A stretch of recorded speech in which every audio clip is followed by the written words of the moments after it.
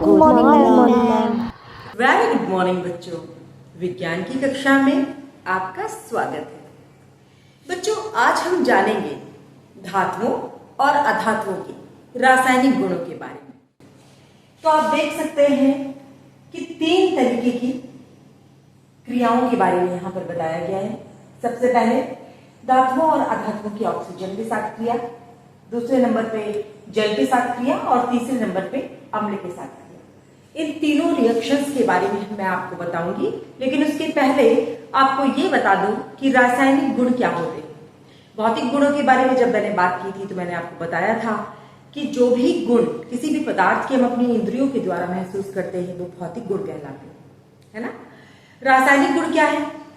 हम सभी जानते हैं कि जो पदार्थ है वो किससे मिलकर बना है? परमाणु। किससे मिलकर बना है? परमाणु। वेरी गुड, परमाणु से मिलकर बना है।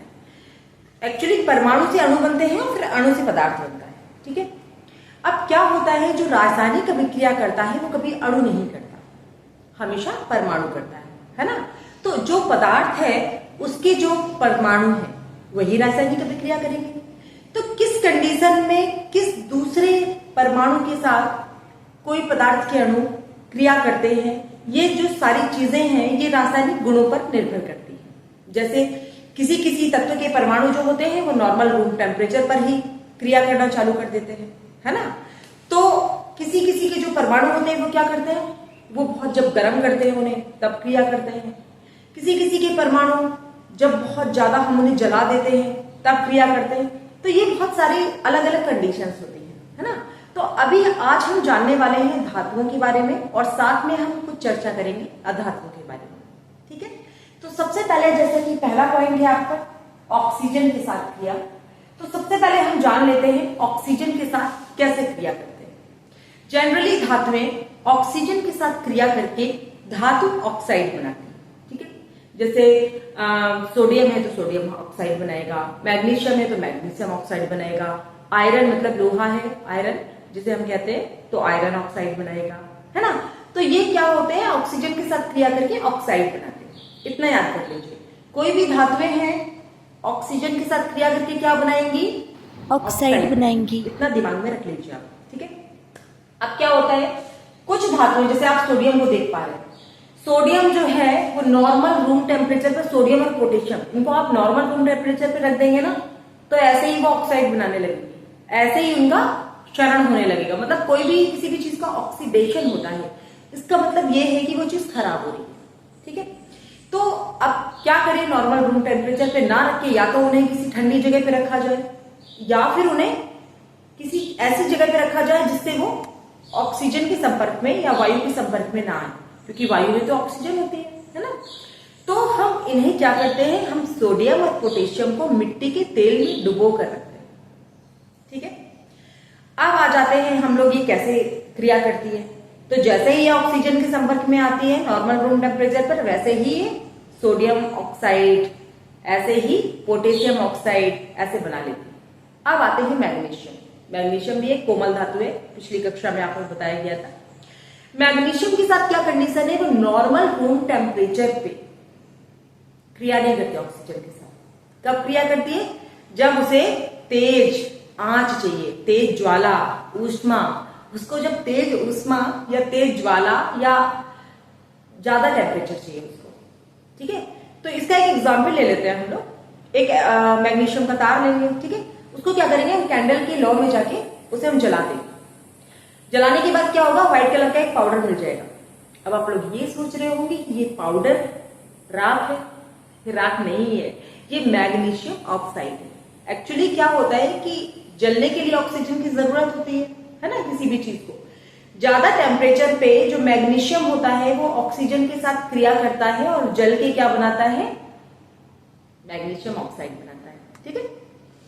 अब आ जाते हैं हम लोग, ये हो गई धातुओं की बात। तो ये क्या समझा आपने, धातु ऑक्सीजन के साथ क्रिया करके धातु ऑक्साइड बनाती है, ठीक है। अब कोई भी ले लेते हैं हम लोग, सल्फर ले सकते हैं या फिर हम कार्बन ले सकते हैं धातुओं में। तो क्या होता है, जब हम इनको जलाते हैं, जलने के लिए कौन सी गैस चाहिए, ऑक्सीजन गैस चाहिए, है ना। तो मान लीजिए आपने कोयले को जलाया, कार्बन कार्बन कोयले को जलाएंगे क्या होगा, कार्बन डाइऑक्साइड गैस। कौन सी? Carbon dioxide carbon gas. Dioxide. एक और गैस निकलती है, कार्बन मोनोऑक्साइड निकलती है। ठीक है, कार्बन मोनोऑक्साइड और कार्बन डाइऑक्साइड ये दोनों गैसें जब हम कार्बन को जलाते हैं या कार्बन की जब ऑक्सीजन के साथ क्रिया होती है तो ये दोनों गैसेस निकलती है ना, जो कि प्रदूषण का बहुत बड़ा कारण है। सल्फर के साथ भी यही है। सल्फर क्या करेगा? Sulphur dioxide. सल्फर डाइऑक्साइड बनाएगा। Very good. ठीक है, तो आगे चलते हैं हम लोग। ये हो गई हमारी ऑक्सीजन के साथ क्रिया। अब आ जाते हैं हम जल के साथ क्रिया। आप देख पा रहे होंगे दो चित्र बने हुए हैं, है ना, जिसमें लिखा हुआ है कि सोडियम जो है वो पानी में डालेंगे। तो क्या करते हैं, जब हम सोडियम को नॉर्मल टेम्परेचर के पानी में डालते हैं तो वो बहुत तेजी से घूमने लगता है पानी में, जहाज की तरह। क्यों घूमने लगता है? क्योंकि वो क्रिया हो रही है, बहुत तेजी से क्रिया हो रही है पानी के साथ। और जैसे ही पानी के साथ क्रिया होगी तो क्या बना लेगा? सोडियम हाइड्रोक्साइड बना लेगा और हाइड्रोजन गैस निकलेगी। मतलब कोई भी धातु जब जल के साथ क्रिया करता है, चाहे वो नॉर्मल टेम्परेचर पे हो चाहे वो ज्यादा, वो डिपेंड करता है कि वो किस चीज, कौन सी धातु रिएक्शन कर रही है ना। वो क्या बनाते हैं?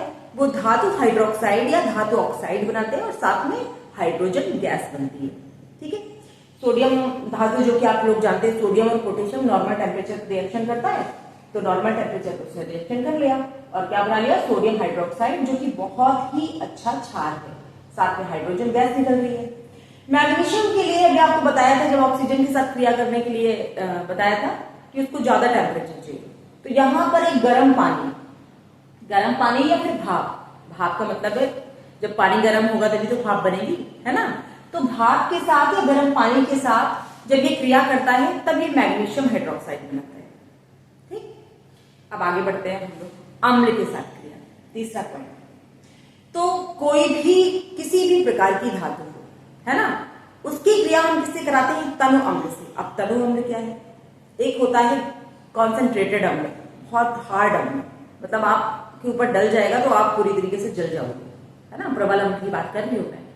हाँ, तो एक होते हैं तनु अम्ल, पानी में कुछ ड्रॉप्स हम अम्ल की डाल देते हैं। अम्ल में भी तो पानी डाल सकते हैं। कभी भी अम्ल में हम पानी नहीं डालेंगे। अम्ल में पानी डालेंगे तो क्या होगा? विस्फोट हो जाएगा। हमेशा याद रखिए बच्चों, आपको अम्ल और क्षार वाली क्लास में मैंने बताया भी था, है ना, कि जब आपको कभी तनु अम्ल बनाना है तो क्या करेंगे? पानी में कुछ ड्रॉपर से अम्ल की डाल देंगे तो तनु अम्ल बन जाएगा। अब इसकी क्रिया जब हम किसी धातु के साथ कराते हैं, स्क्रीन पे आप देख पा रहे होंगे जस्ता, जो कि धातु है, बर्तनों की दुकानों में आसानी से मिल जाता है। जिंक जिसको कहते हैं, इसकी क्रिया जब हाइड्रोक्लोरिक अम्ल के साथ हो रही है तो क्या बन रहा है? जिंक क्लोराइड बन रहा है और हाइड्रोजन गैस निकल रही है। अब कैसे हम जानेंगे कि हाइड्रोजन गैस ही निकल रही है? कुछ और भी तो निकल सकता है ना। तो हम क्या करेंगे? तीली जलाएंगे और जब हम रिएक्शन जहां हो रही होगी उसके पास ले जाएंगे और एकदम से वो जो तीली है वो पक की आवाज से जल जाएगी, मतलब उससे निकलेगी। मैम अगर ऑक्सीजन मतलब कि हाइड्रोजन गैस है। अगर ऑक्सीजन गैस होती बेटा तो क्या होता? वो तेज जलने लगती, पक की आवाज नहीं आती, है ना। हाँ, ठीक है, तो ये हो गया। तो इससे ये क्लियर होता है ये जिंक क्लोराइड क्या है? लवण है, साथ में हाइड्रोजन गैस। तो कोई भी धातु जब किसी अम्ल के साथ क्रिया करती है तो क्या बनाती है? याद रखिए, लवण और हाइड्रोजन गैस बनाती है। ठीक है, अब हम आ जाते हैं अधातु।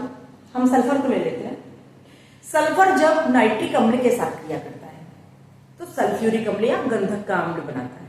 ठीक है, तो ये सारी रिएक्शंस क्लियर है आपकी। ऑक्सीजन के साथ क्रिया, ठीक है, जल के साथ क्रिया, तीसरा अम्ल के साथ क्रिया। तो रासायनिक गुणों में आपके जो आपका पाठ्यक्रम है, आपका कोर्स है, उस पर इतनी ही चीजें हैं। आगे की कक्षाओं में, बड़ी कक्षाओं में और भी ज्यादा आप इसको जानेंगे।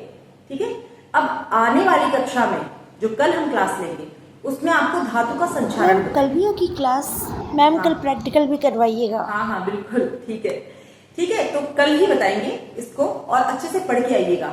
रासायनिक गुण, भौतिक गुण, ये जो दोनों गुण हैं ये पढ़ के आइएगा। जी मैम, ठीक है मैम। Okay ma'am. ठीक है, तो अब कल मिलते हैं, तब तक take care, bye bye. Bye.